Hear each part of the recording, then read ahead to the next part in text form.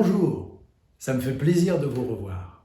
Aujourd'hui, une vidéo décryptage de la première minute de Mark Zuckerberg, CEO de Facebook, qui est devenu Meta.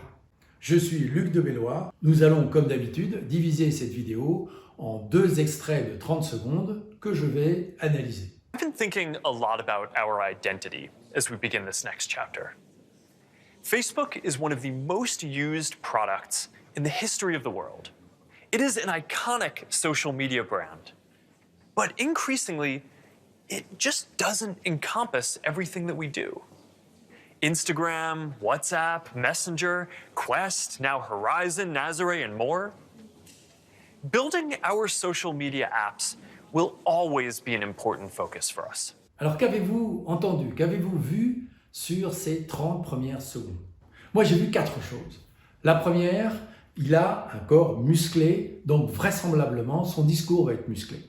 On voit les lignes épurées, les fauteuils et les canapés sont larges et de haut de gamme. Donc on est dans la high-tech.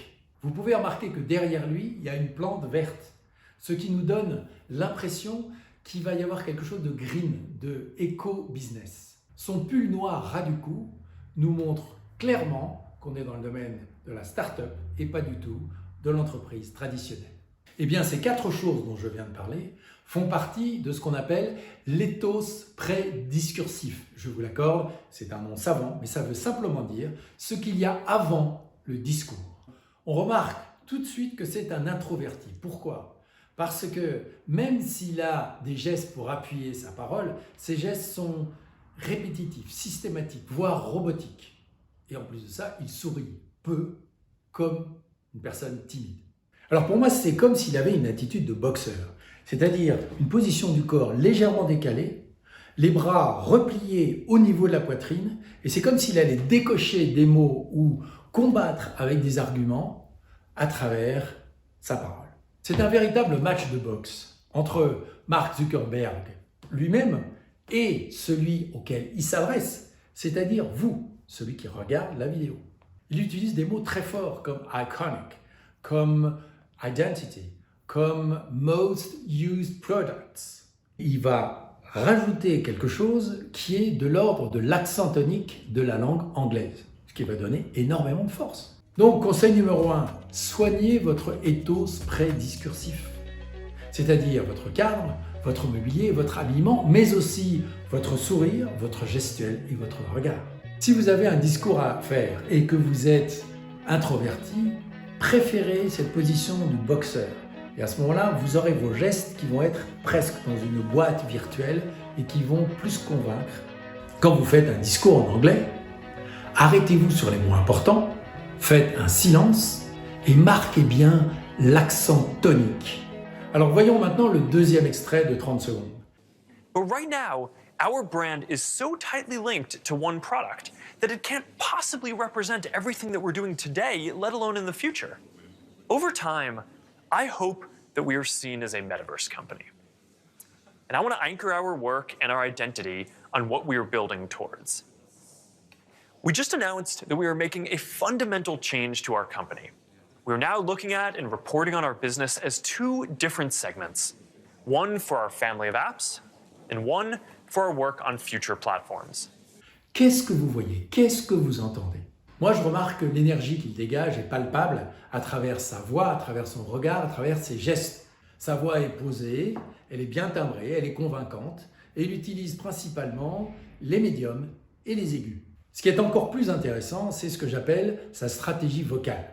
C'est-à-dire comment, à travers la voix, à travers la tessiture de la voix, passer d'une intention à l'autre. Par exemple, comment passer de l'émotionnel dans les aigus à quelque chose de plus rassurant dans les graves. Et d'ailleurs, il continue dans les graves quand il va dire ce que Meta va faire et quelle va être sa feuille de route. Il termine sa première minute en annonçant les 2 segments qu'il va créer chez Meta.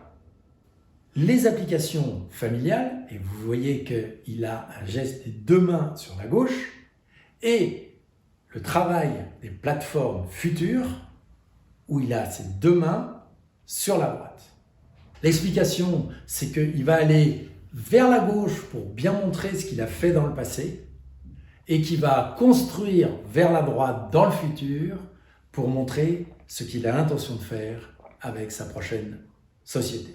Quand vous parlez, développez votre énergie à travers votre gestuelle, à travers votre regard et à travers votre voix. Quand vous parlez de plusieurs moments dans le temps, que ce soit le présent, le passé ou le futur, faites ce qu'on appelle des ancrages spatiaux. C'est-à-dire, avec votre bras, avec votre main ou avec votre corps, vous allez aller sur la gauche pour installer dans le passé, devant vous lorsque vous êtes dans le présent, et sur votre droite pour installer et créer le futur. Lorsque vous voulez interpeller ou mettre quelqu'un dans l'émotionnel, utilisez les aigus. Et lorsque vous voulez rassurer, parlez dans les graves. Alors pour conclure, mon impression personnelle. J'ai l'impression que Mark Zuckerberg a énormément travaillé cette vidéo.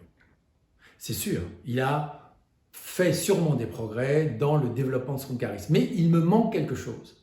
J'ai vraiment l'impression qu'il cherche à nous convaincre beaucoup plus qu'il ne cherche à se montrer convaincu par ce qu'il dit. Cette vidéo est maintenant terminée. J'espère qu'elle vous a plu. Merci de penser, de liker et de partager avec votre réseau. Et à très vite pour une nouvelle vidéo décryptage.